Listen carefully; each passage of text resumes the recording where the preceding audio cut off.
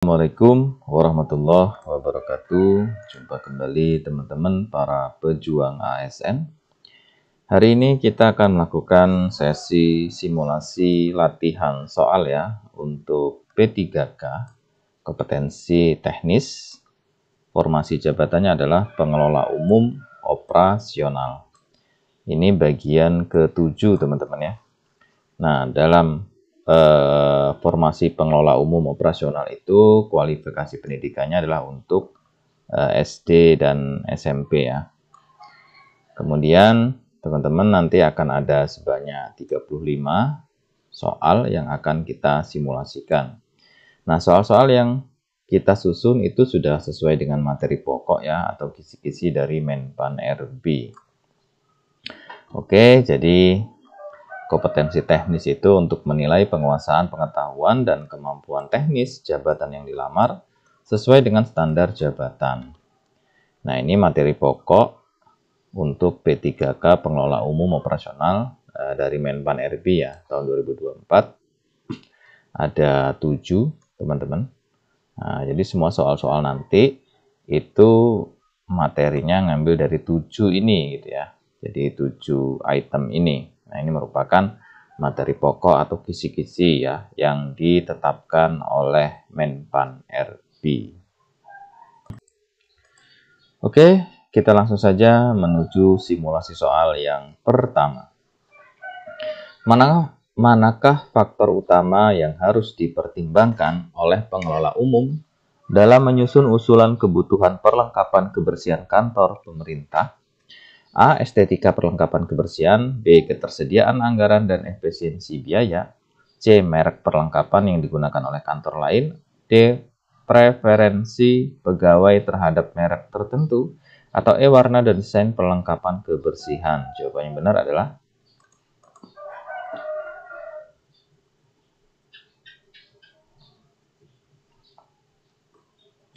kita lihat jawaban yang benar itu adalah yang B ya. Pembahasannya, pengelola umum harus mempertimbangkan anggaran dan efisiensi biaya agar belanja perlengkapan kebersihan tetap sesuai dengan prinsip transparansi dan akuntabilitas dalam pengelolaan keuangan negara. Ya, jadi jawabannya yang B, teman-teman. Ketersediaan anggaran dan efisiensi biaya. Selanjutnya, dalam pengajuan kebutuhan perlengkapan kebersihan, pengelola umum harus mempertimbangkan peraturan berikut kecuali A. Peraturan tentang pengadaan barang dan jasa pemerintah. B. Standar operasional prosedur kebersihan kantor. C. Ketentuan tentang kepegawaian di instansi pemerintah. D. Prinsip efektivitas dan efisiensi dalam pengelolaan anggaran. Atau E. Peraturan mengenai lingkungan hidup dan penggunaan bahan ramah lingkungan. Jawabannya adalah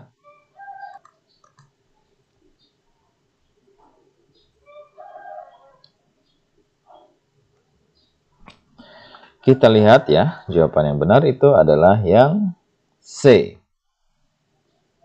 Pembahasan, peraturan kepegawaian lebih terkait dengan pengelolaan SDM, bukan langsung dengan pengadaan perlengkapan kebersihan.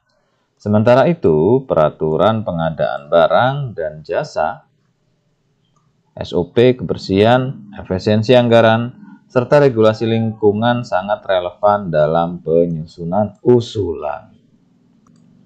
Jadi yang bukan atau kecuali itu adalah yang C ya, ketentuan tentang kepegawaian di instansi pemerintah.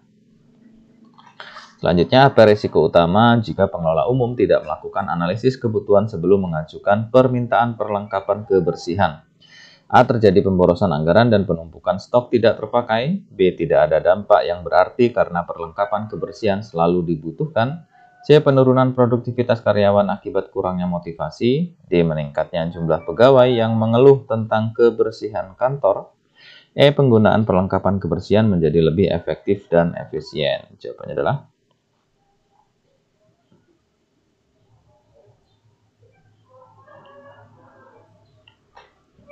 kita lihat ya, jawaban yang benar itu adalah yang A, teman-teman. Pembahasan, tanpa analisis kebutuhan yang tepat, pengadaan bisa melebihi kebutuhan real sehingga terjadi pemborosan anggaran dan penyimpanan stok yang berlebihan. Ya, jadi jawabannya A, teman-teman. Terjadi pemborosan anggaran dan penumpukan stok tidak terpakai. Selanjutnya, salah satu pendekatan terbaik dalam menentukan kebutuhan perlengkapan kebersihan kantor adalah A. Menggunakan data historis penggunaan perlengkapan kebersihan sebelumnya, B. Mengandalkan opini pegawai tentang perlengkapan yang perlu dibeli, C. Memesan perlengkapan berdasarkan tren terbaru di pasar, D. Membeli dalam jumlah besar untuk mendapatkan diskon lebih tinggi, atau E. Menyesuaikan pembelian dengan anggaran tanpa mempertimbangkan kebutuhan sebenarnya. Jawabannya adalah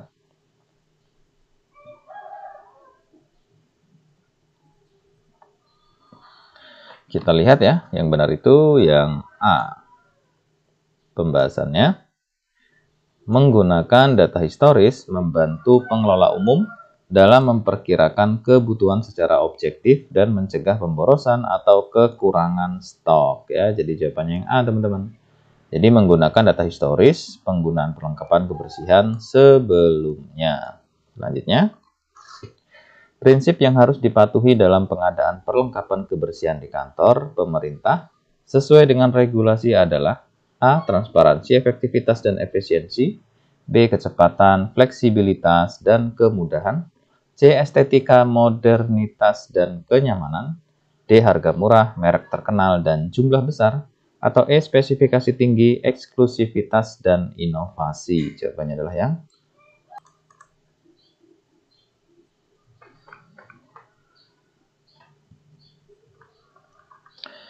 kita lihat yang benar itu yang A ya. Pembahasannya, regulasi pengadaan pemerintah menekankan transparansi, efektivitas, dan efisiensi agar pengadaan barang dan jasa berjalan akuntabel dan sesuai kebutuhan. Jadi jawabannya yang A, teman-teman, yaitu transparansi, efektivitas, dan efisiensi. Selanjutnya, dalam membersihkan ruangan kantor pemerintah, pengelola umum harus memastikan bahwa standar kebersihan terpenuhi. Apa langkah pertama yang harus dilakukan? A. Menentukan jadwal pembersihan rutin berdasarkan kebutuhan masing-masing ruangan. B. Membeli perlengkapan kebersihan tanpa analisis kebutuhan. C. Menugaskan pembersihan hanya jika ada keluhan dari pegawai.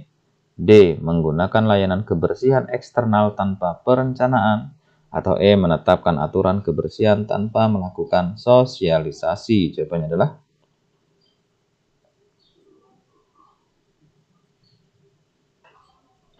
kita lihat jawaban yang benar itu adalah yang A. Pembahasan, menentukan jadwal pembersihan yang sesuai dengan kebutuhan ruangan adalah langkah awal untuk menjaga kebersihan dan efisiensi operasional ya. Jadi yang A, teman-teman, yaitu menentukan jadwal pembersihan rutin berdasarkan kebutuhan masing-masing ruangan. Selanjutnya, apa risiko utama jika pengelola umum tidak mengontrol kualitas kebersihan di kantor pemerintah? A. Pegawai menjadi lebih kreatif dalam mengatur ruangan sendiri. B. Menurunnya kenyamanan dan produktivitas pegawai akibat lingkungan kerja yang tidak sehat. C. Anggaran pembersihan kantor menjadi lebih efisien. D. Tidak ada dampak signifikan selama tugas pembersihan tetap berjalan. E. Penggunaan perlengkapan kebersihan berkurang sehingga menghemat anggaran. Jawabannya adalah yang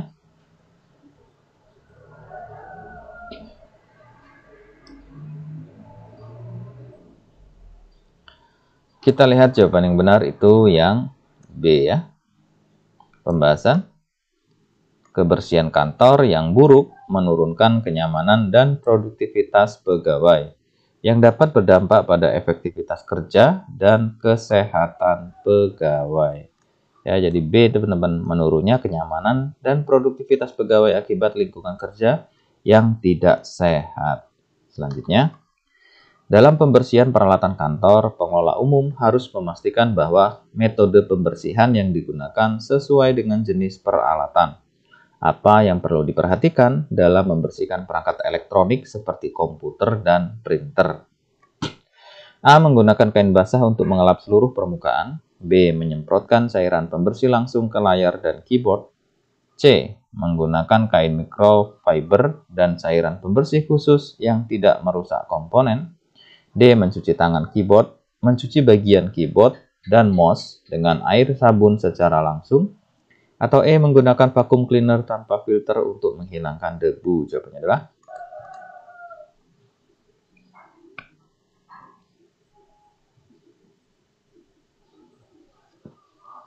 kita lihat jawaban yang benar itu adalah yang C ya. Pembahasan kain microfiber dan cairan pembersih khusus digunakan agar perangkat elektronik tetap bersih tanpa merusak komponennya. Ya, jadi jawabannya yang C. Menggunakan kain microfiber dan cairan pembersih khusus yang tidak merusak komponen. Selanjutnya, mengapa penting bagi pengelola umum untuk memastikan pembuangan sampah dilakukan secara teratur? A. Menghindari penumpukan sampah yang dapat menyebabkan gangguan kesehatan dan kenyamanan. B. Mengurangi jumlah tenaga kebersihan yang diperlukan. C. Menghemat anggaran kebersihan kantor. D. Menjaga sampah tetap tersedia untuk keperluan daur ulang tanpa batas waktu. E. Memastikan bahwa pegawai tidak membuang sampah sembarangan. Jawabannya adalah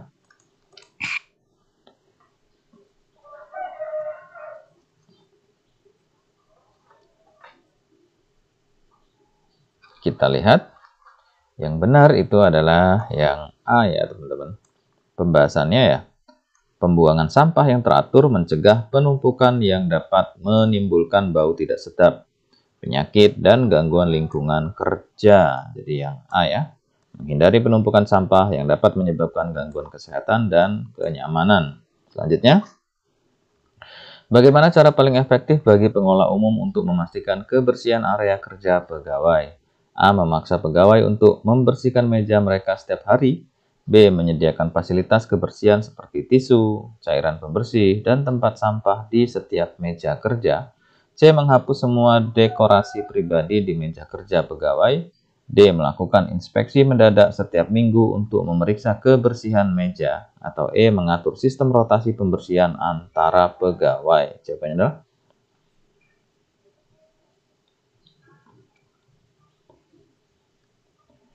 kita lihat jawaban yang benar itu adalah yang B.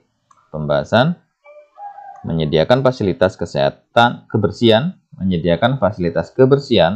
membantu pegawai menjaga kebersihan meja kerja mereka secara mandiri dan efektif ya. Yang B jadi ya. Menyediakan fasilitas kebersihan seperti tisu, cairan pembersih, dan tempat sampah di setiap meja kerja. Selanjutnya, bagaimana pengelola umum memastikan konsumsi rapat yang sesuai? A. Menyediakan konsumsi yang sesuai dengan durasi rapat dan kebutuhan peserta. B. Menyediakan makanan berat untuk semua jenis rapat. C. Tidak perlu menyediakan konsumsi karena bisa mengganggu jalannya rapat. D. Hanya menyediakan minuman tanpa mempertimbangkan makanan ringan. Atau E. Mengabaikan preferensi makanan peserta rapat. Jawabannya adalah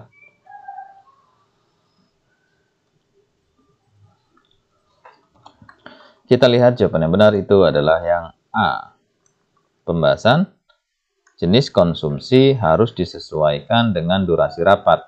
Misalnya, snack dan minuman untuk rapat singkat, serta makanan berat untuk rapat yang berlangsung lebih lama. Ya. Jadi jawabannya yang A, menyediakan konsumsi yang sesuai dengan durasi rapat dan kebutuhan peserta. Selanjutnya, bagaimana pengelola umum menangani kebutuhan alat tulis dalam rapat?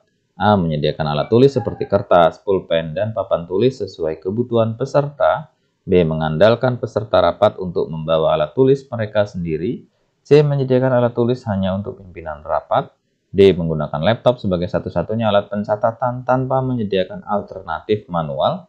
E. Tidak menyediakan alat tulis karena semua informasi bisa dicatat di perangkat elektronik. Jawabannya adalah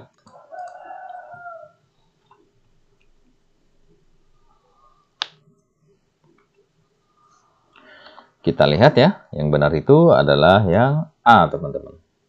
Pembahasannya, alat tulis sangat penting, terutama untuk rapat yang melibatkan brainstorming atau pencatatan manual sebelum didigitalisasi. Ya. Jadi jawabannya yang A. Menyediakan alat tulis seperti kertas, pulpen, dan papan tulis sesuai kebutuhan peserta. Selanjutnya, Apa tindakan terbaik jika terjadi gangguan teknis selama rapat berlangsung? A. Mengandalkan peserta rapat untuk menyelesaikan masalah teknis. B. Menghentikan rapat sampai masalah teknis teratasi. C. Mengabaikan gangguan teknis dan tetap melanjutkan rapat. D. Menyalahkan peserta yang tidak bisa menggunakan perangkat dengan benar. Atau E. Menyediakan teknisi atau petugas IT yang siap menangani gangguan teknis. Jawabannya adalah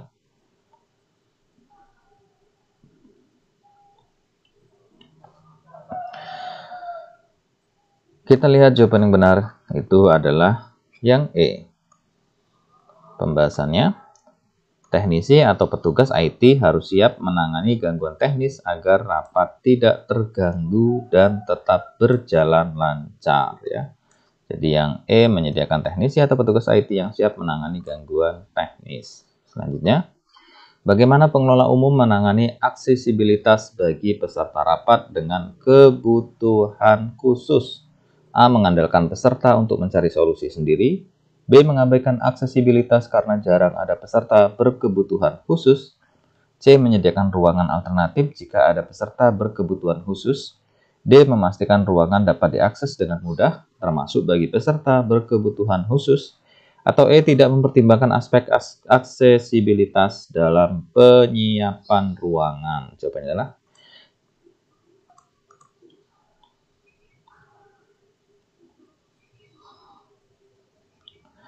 kita lihat yang benar itu adalah yang D, teman-teman.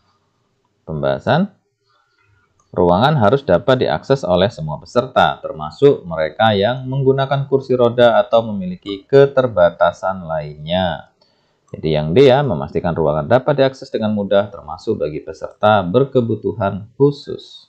Selanjutnya, bagaimana cara mengatur pencahayaan dalam ruang rapat agar mendukung efektivitas diskusi? A. Memanfaatkan cahaya alami tanpa pencahayaan tambahan. B. Menggunakan pencahayaan redup untuk menciptakan suasana santai. C. Menyesuaikan pencahayaan agar cukup terang tanpa menyilaukan peserta. D. Menggunakan lampu berwarna-warni untuk meningkatkan kreativitas. Atau E. Mematikan sebagian lampu untuk menghemat energi. Jawabannya adalah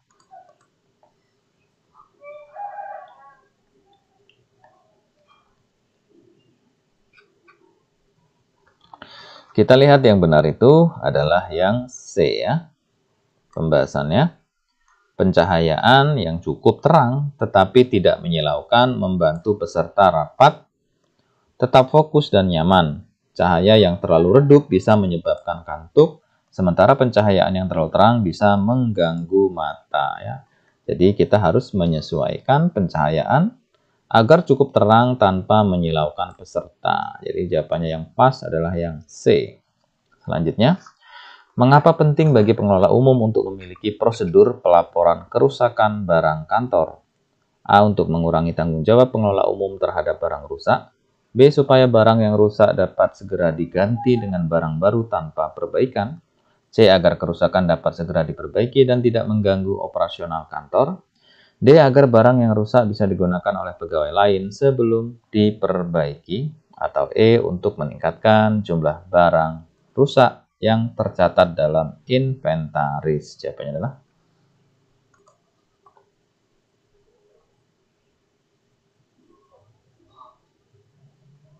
kita lihat jawaban yang benar itu adalah yang C ya teman-teman.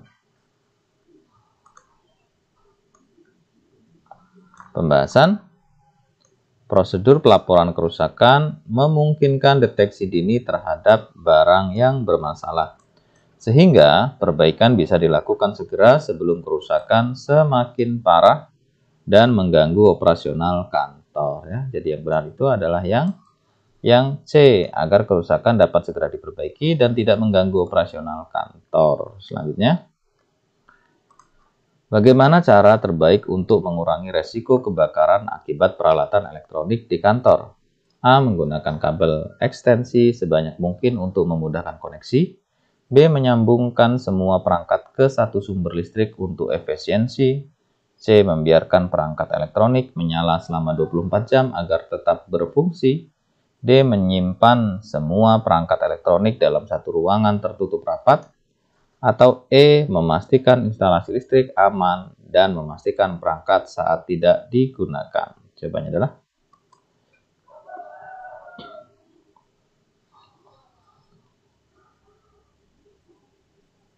kita lihat jawaban yang benar itu adalah yang E. Pembahasan instalasi listrik yang aman dan kebiasaan mematikan perangkat saat tidak digunakan itu dapat mengurangi resiko korsleting listrik yang bisa menyebabkan kebakaran. Ya, jadi jawabannya yang E. Jadi kita pastikan ya instalasi listrik itu aman dan mematikan perangkat saat tidak digunakan. Selanjutnya, apa yang harus dilakukan jika printer di kantor sering mengalami kertas macet atau paper jam? A. Menghindari penggunaan printer dan beralih ke pencatatan manual. B. Menggunakan kertas bekas yang sudah berlipat untuk menghemat anggaran. C. Membuka printer secara paksa setiap kali terjadi macet. D. Menggunakan kertas dengan ketebalan maksimal agar lebih awet. Atau E. Membersihkan bagian dalam printer secara rutin dan menggunakan kertas sesuai spesifikasi. Jawabannya adalah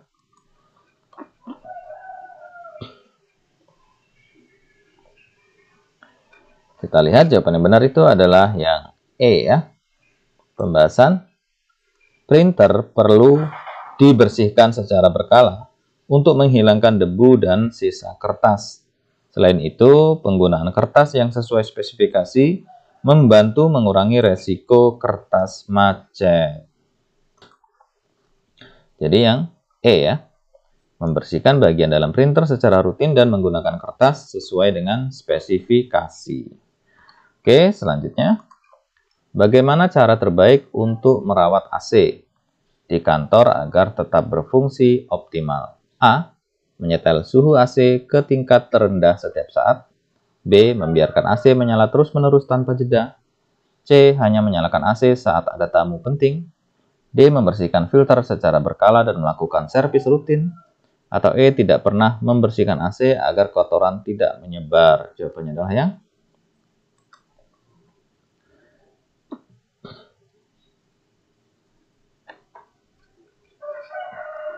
kita lihat jawaban yang benar itu adalah yang D.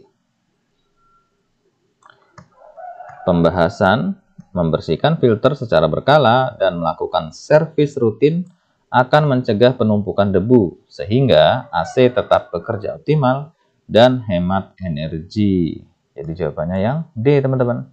Membersihkan filter secara berkala dan melakukan servis rutin. Oke, selanjutnya. Mengapa penting bagi pengelola umum untuk mendokumentasikan setiap perbaikan barang kantor? A. Agar anggaran perawatan dapat ditingkatkan setiap tahun. B. Supaya semua barang terlihat baru dalam laporan inventaris. C. Untuk menghindari penghapusan barang dari daftar aset. D. Agar ada catatan riwayat perbaikan yang membantu dalam perencanaan perawatan ke depan. E. Untuk memberikan pekerjaan tambahan bagi staf administrasi. Jawabannya adalah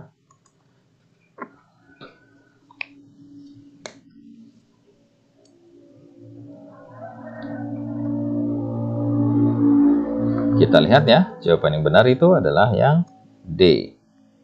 Pembahasan. Dokumentasi perbaikan barang kantor sangat penting karena membantu dalam menentukan kapan barang perlu diperbaiki, diganti, atau dihapus dari inventaris, serta dalam perencanaan anggaran perawatan. Ya. Jadi jawabannya yang D. Agar ada catatan riwayat perbaikan yang membantu dalam perencanaan perawatan ke depan. Selanjutnya, apa prinsip utama yang harus diperhatikan pengelola umum dalam memilih jenis makanan dan minuman untuk menjamu tamu pimpinan kantor?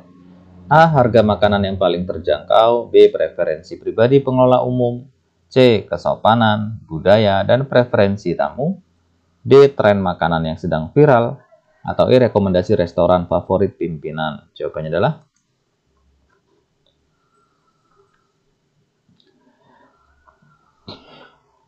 kita lihat jawaban yang benar itu adalah yang C ya. Pembahasan Dalam menjamu tamu, pengelola umum harus mempertimbangkan budaya, kesopanan, dan preferensi tamu agar makanan dan minuman yang disajikan sesuai dengan etika bisnis dan tidak menimbulkan ketidaknyamanan. Jadi jawabannya yang C ya, kesopanan, budaya, dan preferensi tamu. Selanjutnya, apa yang paling menentukan keberhasilan pengelola umum dalam mengatur jamuan tamu pimpinan kantor? A. Jumlah makanan yang disediakan. B. Kesesuaian makanan dan minuman dengan karakter tamu. C. Dekorasi ruangan yang mewah. D. Jumlah pelayanan yang tersedia. E. Harga makanan yang lebih tinggi. Jawabannya adalah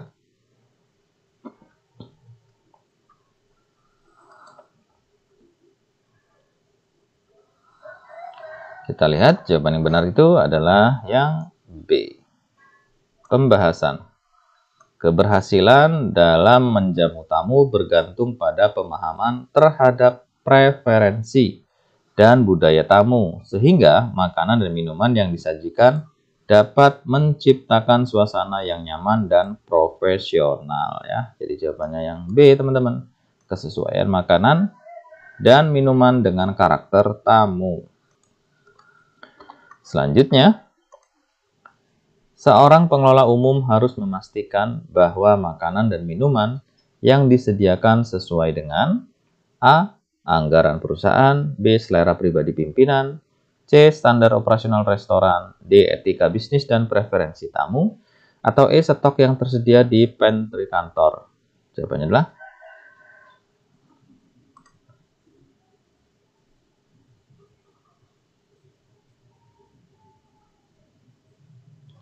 kita lihat ya, yang benar itu adalah yang D. Pembahasan. Menjamu tamu dalam konteks bisnis harus memperhatikan etika bisnis dan preferensi tamu agar memberikan kesan positif dan profesional terhadap perusahaan. Ya. Jadi jawabannya yang D. Etika bisnis dan preferensi tamu. Selanjutnya,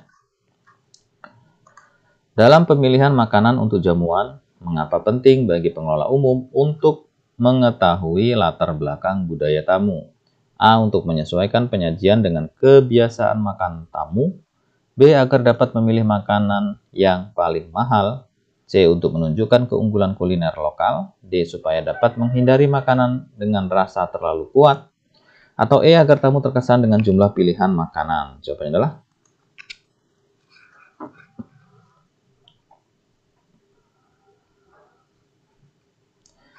kita lihat ya, yang benar itu adalah untuk yang A.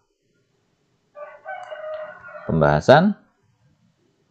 Setiap budaya memiliki kebiasaan makan yang berbeda, seperti pantangan makanan atau cara penyajian tertentu.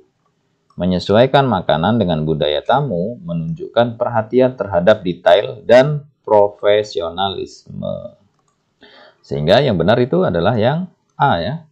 Untuk menyesuaikan penyajian dengan kebiasaan makan tamu. Selanjutnya, faktor apa yang paling penting saat memilih tempat untuk menjamu tamu pimpinan kantor? A. Dekorasi restoran yang instagramable.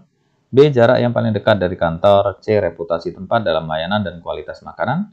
D. Banyaknya pilihan menu yang tersedia. Atau E. Harga yang paling ekonomis. Jawabannya adalah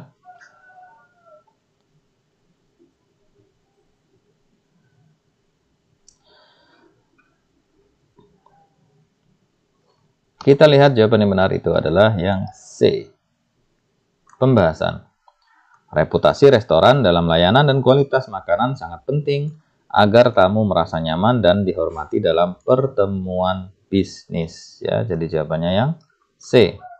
Reputasi tempat dalam layanan dan kualitas makanan.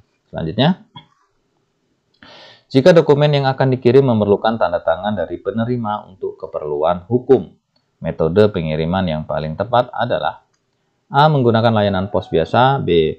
Mengirimkan dokumen melalui email dalam format PDF. C. Memilih layanan pengiriman dengan fitur tanda tangan penerima.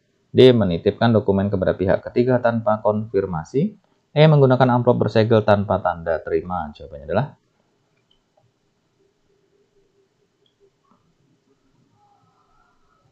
Kita lihat jawaban yang benar itu adalah yang C.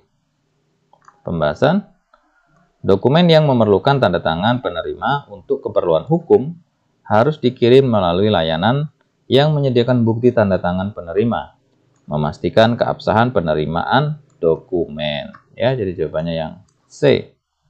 Memilih layanan pengiriman dengan fitur tanda tangan penerima. Selanjutnya, salah satu cara untuk memastikan dokumen yang dikirim sampai dalam kondisi baik adalah A. Menggunakan kertas berkualitas tinggi dalam dokumen, B. Memilih kurir dengan harga termurah, C. Menggunakan kemasan yang tahan terhadap air dan benturan, D. Mengirim dokumen dalam bentuk digital saja, atau E. Menggunakan perangko untuk memastikan keabsahan pengiriman. Jawabannya adalah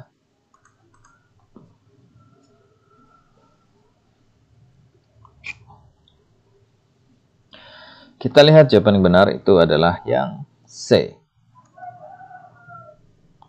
Pembahasan, menggunakan kemasan yang tahan terhadap air dan benturan melindungi dokumen dari kemungkinan kerusakan selama pengiriman, terutama jika harus melewati proses transportasi yang panjang. Ya, jadi jawabannya yang C, teman-teman. Menggunakan kemasan yang tahan terhadap air dan benturan. Selanjutnya, bagaimana pengelola umum dapat memastikan bahwa dokumen yang dikirim tidak bisa diakses oleh pihak yang tidak berwenang selama proses pengiriman? A. Menggunakan amplop transparan agar isi dokumen terlihat jelas. B. Mengunci dokumen dengan kata sandi sebelum mencetaknya. C. Menyertakan informasi rahasia di bagian luar amplop. D. Mengirim dokumen dalam bentuk tidak terstruktur. Atau E. Menggunakan segel keamanan atau amplop tertutup khusus. Jawabannya adalah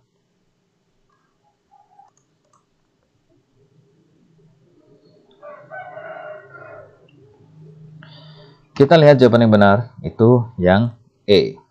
Pembahasan, menggunakan segel keamanan atau amplop tertutup khusus mencegah dokumen dibuka atau diakses oleh pihak yang tidak berwenang selama proses pengiriman. Jadi jawabannya yang E. Menggunakan segel keamanan atau amplop tertutup khusus. Selanjutnya, apa tindakan yang harus dilakukan jika dokumen yang dikirim mengalami keterlambatan dalam pengantaran? A. Mengabaikan keterlambatan karena bukan tanggung jawab pengirim. B. Menunggu hingga penerima menghubungi terlebih dahulu. C. Menghubungi layanan pengiriman untuk melacak status dokumen. D. Mengirim ulang dokumen tanpa mencari tahu penyebab keterlambatan. Atau E. Membatalkan pengiriman dan mengirim dokumen melalui email. Jawabannya adalah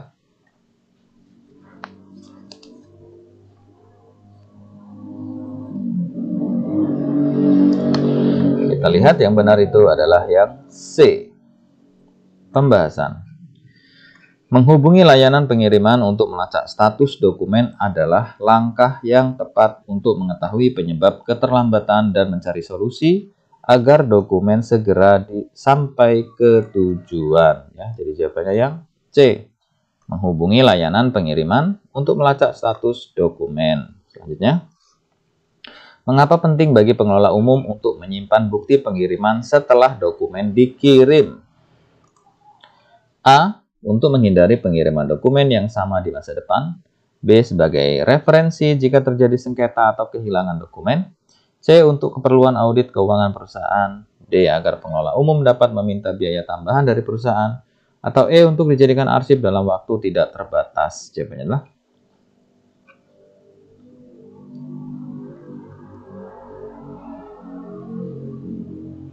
kita lihat jawaban yang benar adalah yang B. Pembahasan, bukti pengiriman penting sebagai referensi jika terjadi sengketa atau kehilangan dokumen, sehingga dapat membantu dalam penyelidikan atau klaim terhadap layanan pengiriman. Ya, jadi jawabannya yang B ya, sebagai referensi jika terjadi sengketa atau kehilangan dokumen. Selanjutnya, apa langkah pertama yang harus dilakukan pengelola umum sebelum mengirim barang atau dokumen ke alamat tujuan? A. Memilih jasa pengiriman yang paling murah. B. Menghubungi penerima untuk memastikan alamat tujuan. C. Mengemas barang tanpa melakukan pengecekan ulang. D. Mengirim dokumen tanpa konfirmasi dari pimpinan. Atau E. Menuliskan alamat tujuan dengan format yang tidak standar. Jawabannya adalah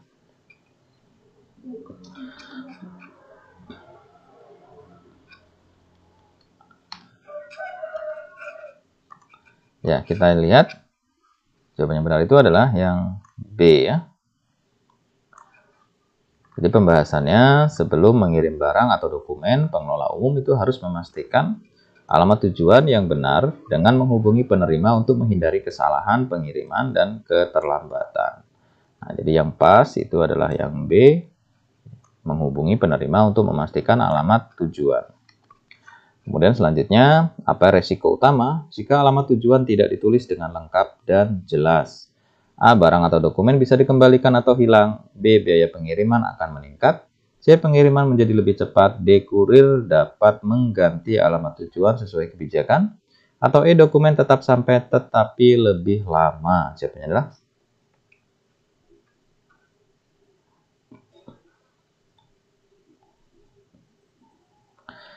kita lihat jawaban yang benar itu yang A ya. Pembahasan. Jika alamat tujuan tidak jelas, barang atau dokumen bisa salah kirim, tertunda, dikembalikan, atau bahkan hilang yang dapat mengganggu operasional bisnis. Nah, jadi resikonya adalah barang tersebut atau dokumen itu bisa dikembalikan atau hilang. Selanjutnya, bagaimana pengelola umum dapat memastikan bahwa barang atau dokumen telah diterima oleh pihak yang benar? A. Menggunakan layanan pengiriman dengan tanda tangan penerima. B. Mengirim barang atau dokumen tanpa konfirmasi penerima. C. Mengandalkan informasi dari kurir tanpa bukti tertulis. D. Menghubungi penerima setelah beberapa hari tanpa pelacakan. Atau E. Meminta kurir meninggalkan paket di lokasi yang sudah ditemukan. Jawabannya adalah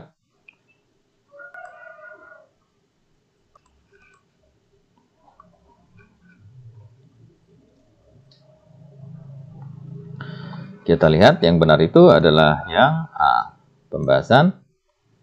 Layanan pengiriman dengan tanda tangan penerima memberikan bukti sah bahwa barang atau dokumen telah diterima oleh pihak yang tepat, meningkatkan akurasi dan keamanan pengiriman. Ya, jadi yang A, menggunakan layanan pengiriman dan tanda tangan penerima. Selanjutnya, apa yang harus dilakukan jika barang atau dokumen yang dikirim belum diterima dalam waktu yang ditentukan?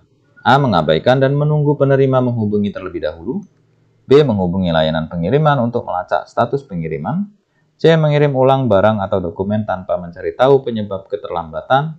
D. Menyalahkan kurir tanpa bukti yang jelas. Atau E. Membiarkan dokumen atau barang dikembalikan ke pengirim. Jawabannya adalah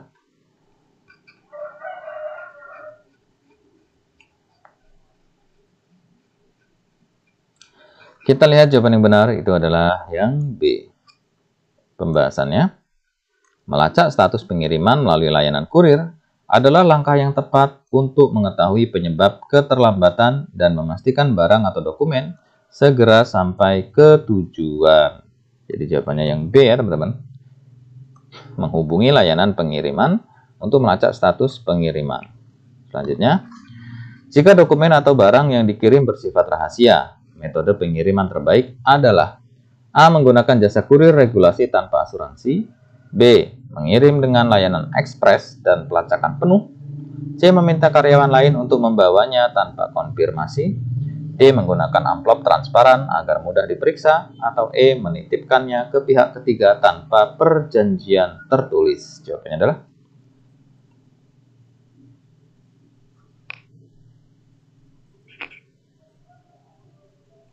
kita lihat jawaban yang benar itu yang B. Pembahasannya. Dokumen atau barang rahasia harus dikirim menggunakan layanan ekspres dengan fitur pelacakan dan keamanan penuh agar tetap terjaga kerahasiaannya serta sampai tepat pada waktunya. Ya, jadi jawabannya yang B ya. Mengirim dengan layanan ekspres dan pelacakan penuh. Nah, teman-teman demikianlah ya beberapa contoh soal yang sudah kita simulasikan tadi. Mudah-mudahan apa yang sudah kita simulasikan ya, sudah kita latihan ini, itu menambah wawasan teman-teman sehingganya memudahkan saat teman-teman ujian nanti. Dan pada akhirnya teman-teman, hasil yang baik dikarenakan usaha yang baik. Terima kasih, semoga sukses. Sampai jumpa di pembahasan-pembahasan soal selanjutnya.